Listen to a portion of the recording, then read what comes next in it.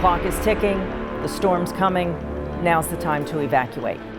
There was a time during the broadcast, it didn't matter if you were a Democrat or Republican. What mattered was, where was the storm? Where can I find food? We were all one. We were Americans. And this is one for the history books. This is going to be a record breaker.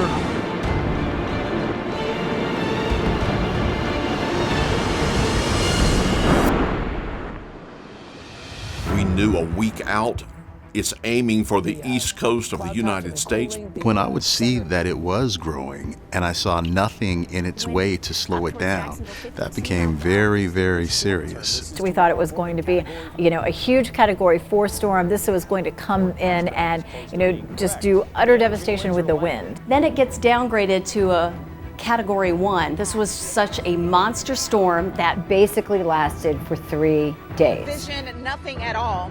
The memory of Hurricane Matthew from 2 years ago is very fresh in everyone's mind. Didn't think I would live long enough for a second one, and now 2 years later, we have another 200-year flood. The rain is coming from every direction. Where is this water going to go? They are looking to us for the answers, and they're looking to us to keep them safe and keep them informed.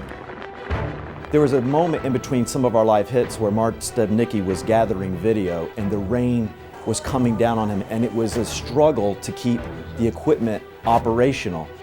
We started getting word that around the station, we're starting to see that water come up. The building has been evacuated. It became, how do we get everyone out of the building safely and still try to continue to communicate for as long as we can? Whether your house is flooded out from Florence or leveled from Michael, you still lost your house. A model that I look at, it's very reliable, from the National Hurricane Center, showed the storm off our coastline with 170 knot gusts. The feeling is that this wind is even stronger. My heart's and that's why we can't see it. This is probably going to be hitting us as a 4, maybe a 5.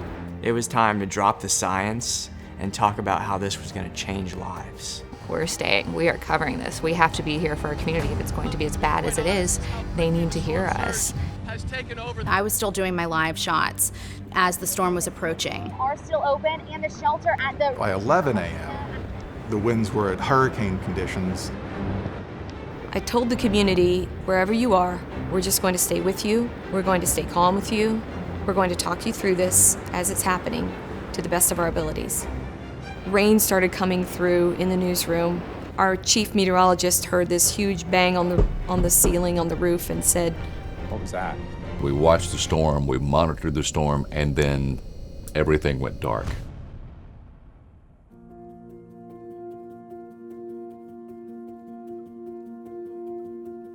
Our tower fell over. Charlie Wooten was the one who got us the sat link to link up to the satellites and get us to the transmitters. We lost about an hour of airtime because it was too dangerous to be outside. When you lose power to your transmitting station, you kind of just say you have to find different ways to get things done. Chief Meteorologist Chris Smith and I on Thursday morning decided that we were just going to go ahead and start doing live Facebook. Kind of surveying the damage. Our station was damaged pretty badly, and we didn't know when we'd be able to get a newscast up and running in here.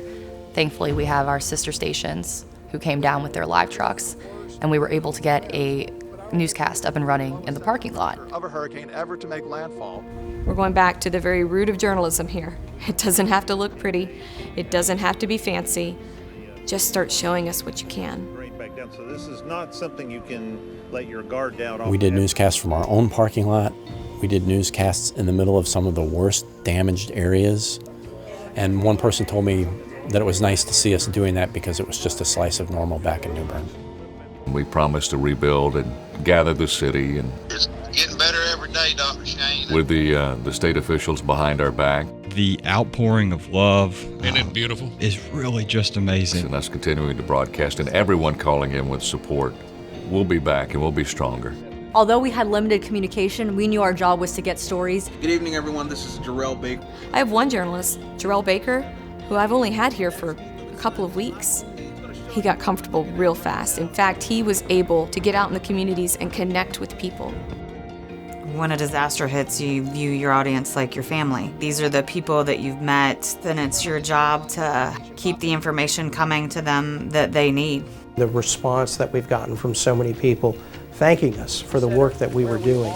The thank you for helping us out. They thanked us from the bottom of their hearts for staying on. And the whole station itself, I commend you all. Our role really is to make sure that the people are informed. We have a heavy burden to get information out there as quickly as possible. Our story is still ongoing because this is a long process. You know, a lot of people look at small market television as, it's just the newbies, they're young, they're not professional yet, they haven't been groomed. I feel for everybody out there. Do you really need all that to tell the story?